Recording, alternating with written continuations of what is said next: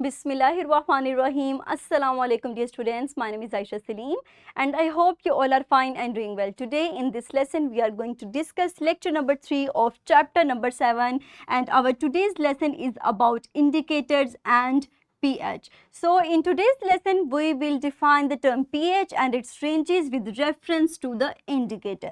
So अपने lecture को हम start करते हैं with a question. यहाँ पर आपको दो images नज़र आ रही हैं. आप इन दो pictures को देखिए और मुझे बताइए what did you observe और आप इस picture से क्या interpret करते हैं.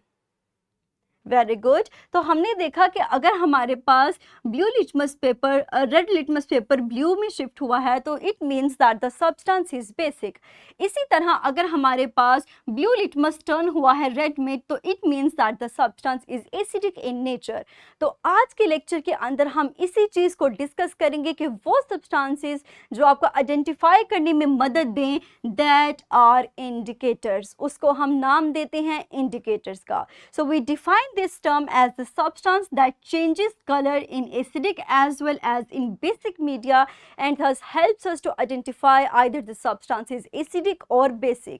इसमें हमारे पास बहुत सी substances ऐसी हैं जो कि laboratories में भी इस्तेमाल होती हैं जबकि कुछ natural products भी इस्तेमाल होती हैं like turmeric powder, red cabbage, lichens, litmus papers और चाइना रोज. ये हमारे पास कुछ ऐसी सब्सटेंसेस हैं जो कि मदद देती हैं आइडेंटिफाई करने में कि आइदर हमारे पास सब्सटेंस एसिडिक है या बेसिक है. अगर आप देखें तो हमारे पास टर्मरिक यहाँ पर ओरिजिनल कलर भी लिखे हैं और लिखा हुआ है कि turmeric changes its colour in acidic media. कौन सा कलर चेंज करेगी, इसी तरह अगर बेस के अंदर हम इसको डालें तो वो कौन सा कलर चेंज करेगी. Let's take an example. हमारे पास रेड कैबेज है जिसका रियल कलर हमारे पास पर्पल है, लेकिन एसिडिक मीडिया में ये अपने कलर को शिफ्ट कर लेगी पिंक के ऊपर. इसी तरह अगर बेसिक मीडिया की बात करें तो ये अपने कलर को शिफ्ट कर लेगी टुवर्ड्स लाइट ब्लू. तो इस तरह ये आइडेंटिफाई करता है कि आइदर वो सब्सटेंस हमारे पास एसिडिक है या बेसिक. हम इन कलर्स की मदद से इजीली बता सकते हैं कि हमारा सैंपल सॉल्यूशन जिसको हम टेस्ट कर रहे हैं वो कौन सी नेचर रखता है. इसी तरह हमारे पास ये सिर्फ आइडेंटिफाई करने के काम आता है, ये हमें एसिडिक या बेसिक स्ट्रेंथ नहीं बताता. तो हमारे पास pH एक ऐसा pH basically it is a measure of how acidic और basic a substance is. pH paper हमें ये बताएगा that is also considered as a universal indicator कि आपके पास जो सब्सटेंस है उसकी एसिडिक या बेसिक स्ट्रेंथ कितनी है. And it ranges from 0 to 14 जिसमें 7th हमारे पास न्यूट्रल है. अगर मैं आपको दिखाऊं तो these are the pH papers that are used. आप देख सकते हैं कि इसके ऊपर मुख्तलिफ कलर्स बने हुए हैं. हम क्या करते हैं किसी भी सब्सटेंस के अंदर अपने pH पेपर को डिप करते हैं, जो कलर आएगा उसको इस रेंज के साथ मैच करते हैं और हम इजीली बता सकते हैं कि हमारे पास उस सब्सटेंस की एसिडिक या बेसिक स्ट्रेंथ कितनी है.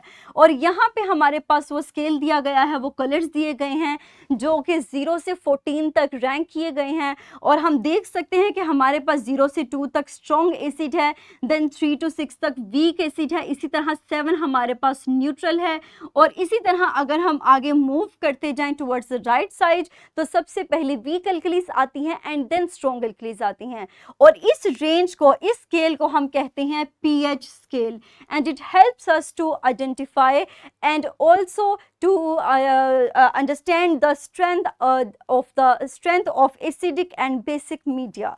अब नेक्स्ट मूव करते हैं अपनी स्किल 7.3 की तरफ जहां हम अपने इसी नॉलेज को अप्लाई करते हुए अपनी स्किल को अचीव करेंगे. You can easily get access to this skill by scanning this QR code and also the link of this skill sheet is available in the description. आप वहां पे क्लिक करके इजीली स्किल शीट को open कर सकते हैं.